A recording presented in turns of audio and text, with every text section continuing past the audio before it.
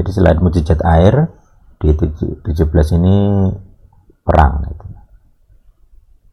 Jadi orang Amalek datang di ayat 8 ya, dan berperang melawan orang Israel. Jadi yang menyerang duluan Amalek gitu. Kemudian dikalahkan dengan tangan yang teracung. Jadi tongkat Musa, tangan Musa dan tongkatnya diangkat tinggi sampai matahari terbenam. Jadi kalau turun maka kalah Israel, tapi kalau naik Israel kuat gitu. Jadi sebagai imam itu, peran imam itu begitu ya. Moses tidak turun langsung, walaupun dia mantan panglima perang kayaknya ya, punya kemampuan perang sebagai pemimpin perang, jenderal gitu. Tapi di sini dia tidak turun. Dia menyuruh Yosua bin Nun gitu ya. Ya, muridnya lah itu. Murid tawakil untuk turun perang. Jadi di sini Yosua yang berperang, kemudian Moses yang memberkati. Jadi ada dua kekuasaan ya. Jadi kekuasaan imam sebagai penguasa spiritual dan penguasa politik atau militer gitu. Di sini Yosua adalah penguasa politik atau militer. Jadi pemimpinnya ya Yosua bin Nun gitu, dalam hal perang gitu. Jadi misalnya kalau itu pemisahan kekuasaan gitu, kekuasaan spiritualnya Moses, kekuasaan eksekutif manusia itu raja, itu Yosua bin Nun. Jadi di sini ada peran pemisahan kekuasaan ya. Dan penguasa tertinggi nampaknya penguasa spiritual. Jadi kalau Moses mengangkat tangan, Yosuanya menang. Begitu dia capek, gara-gara capek manusiawi ya, jasmani, maka dia kalah gitu. Nah itu peristiwa ini unik gitu. Jadi itu menunjukkan adanya siapa penguasa yang sesungguhnya gitu. Makanya dalam sistem politik teokrasi atau politiknya Tuhan, penguasa tertinggi adalah Tuhan melalui imam atau kohen gitu. Jadi ada kohennya. Jadi pemimpin spiritual di sini adalah kohen Moses gitu. Jadi sebelum Aharon mendirikan bait suci, itu beda lagi nanti, maka Moses ini yang mendirikan itu ya, yang menjadi pendiri pendiri kepemimpinan, pemimpin spiritual itu. Sedangkan pemimpin politik militer tidak bisa dirangkap gitu. Jadi harus dua terpisah, karena secara bidang pekerjaan sudah jauh berbeda gitu. Jadi keduanya tidak bisa cocok. Jadi yang satu, pemimpin politik tidak bisa menjadi pemimpin spiritual tidak akan sanggup pemimpin politik gitu. Yaitu dua hal yang cukup jelas di pasal 17. Nah nanti bisa diuji kepemimpinan politik suatu negara versus kepemimpinan spiritual atau kepemimpinan rohani. Keduanya terpisah. Kepemimpinan politik nanti juga tergantung jenis politik yang dipakai. Apakah misalnya kalau di era modern kan ada kerajaan, ada presidensil, ada yang parlementer gitu ya. Misalnya kalau parlementer kan penguasa politik ya parlemen melalui Perdana Menteri. Kepala negaranya bukan Perdana Menteri. Jadi pemimpin politik kepala negaranya hanya simbol. Tapi penguasa sebenarnya adalah Perdana Menteri. Itu. Nah, itu kekuasaan politik gitu ya. Di kekuasaan spiritual itu modelnya seperti para hakim di Perjanjian Lama. Setiap masa akan ada pemimpin yang ditonjolkan Tuhan, pemimpin roh itu, pemimpin kerohanian. Ya, saya rasa seperti itu. Apakah kita bisa menerapkan? Nah, mungkin bisa dicoba. Tuhan hidup bersama kita. Amin.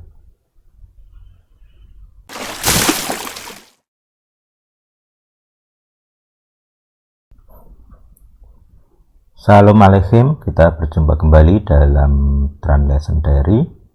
Kali ini di Keluaran 17. Seluruh jemaat Bani Israel keluar dari padang gurun Sin sesuai dengan pengembaraan mereka atas perintah Adonai. Lalu mereka berkemah di Rapidim.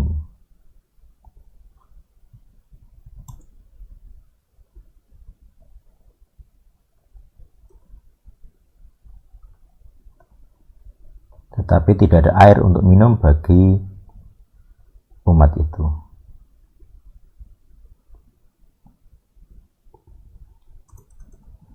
Kemudian umat itu bertengkar dengan Mose.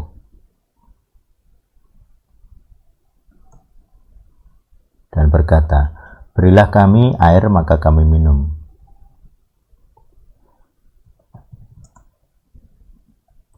Mose berkata kepada mereka, "Mengapa kamu bertengkar denganku? Mengapakah kamu mencobai Adonai?" Jadi ini kayak pengulangan dari 16 ya. Di sana umat itu menjadi haus karena air. Lalu umat itu berkeluh kesah kepada Mose dan berkata, "Mengapa ini engkau membawa kami keluar dari Misraim untuk membunuh kami dan anak-anak kami serta ternak kami dengan kehausan?"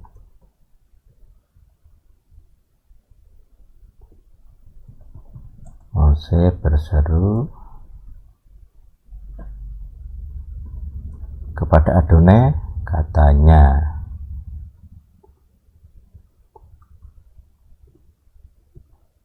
"Aku harus melakukan apa kepada umat ini? Hanya sebentar lagi dan mereka akan melempariku dengan batu sampai mati." Saking bingung juga ya dengan sikap jemaat itu. Lalu Adonai bersabda kepada Mose, "Berjalanlah di depan umat itu dan bawalah sertamu para tua-tua Israel."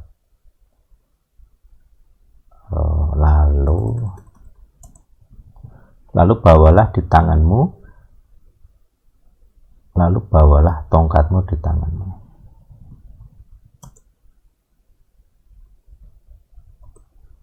Lalu bawalah tongkatmu di tanganmu yang dengannya engkau memukul sungai Nil. Lihatlah, aku akan berdiri di hadapanmu di sana, di atas bukit batu di Horeb. Ini kayaknya Mose berdosa ya ini. Engkau harus memukul bukit batu itu, maka keluarlah air daripadanya. Maka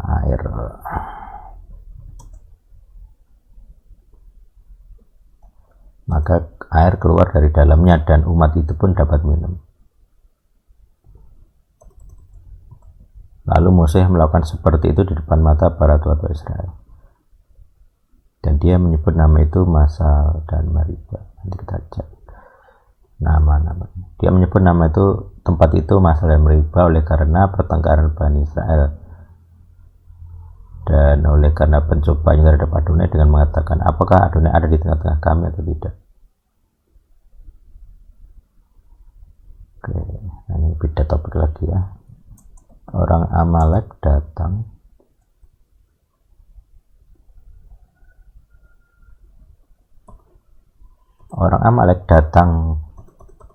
dan berperang melawan orang Israel di Rapidim.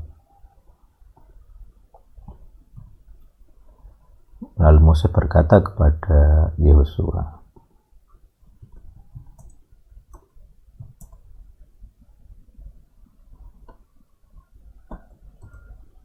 Pilihlah orang-orang bagi kita dan pergilah berperang melawan orang Amalek. Esok hari aku akan berdiri di puncak bukit itu dan tongkat Tuhan itu di tanganku. Oke. Yosua melakukan seperti yang Moses telah katakan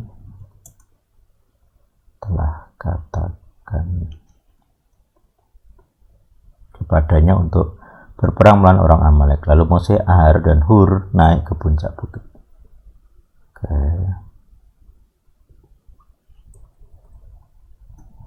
Lalu terjadilah demikian ketika Moses mengangkat tangannya, Israel menjadi kuat, dan ketika dia mengistirahatkan tangannya, Amalek menjadi kuat.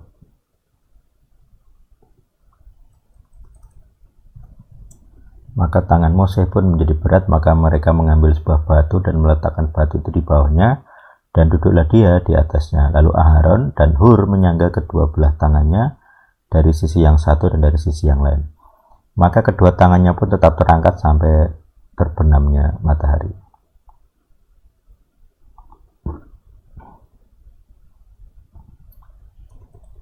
Yosua pun mengalahkan Amalek dan rakyatnya dengan mata pedang. Lalu Adonai bersabda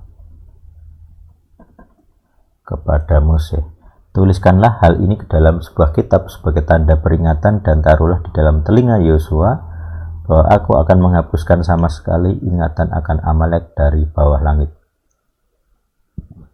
Jadi ini keputusan Tuhan untuk menghapuskan Amalek dari sejarah, artinya genosida gitu ya.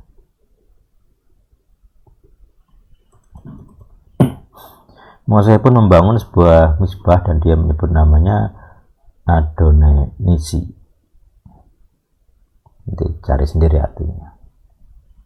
Dia pun berkata, kalau nggak salah Nisi itu kemenangan ya. Sebab sebuah tangan di atas tahta Adonai, suatu pertempuran bagi Adonai melawan Amalek dari generasi ke generasi. Oke, udah selesai rupanya.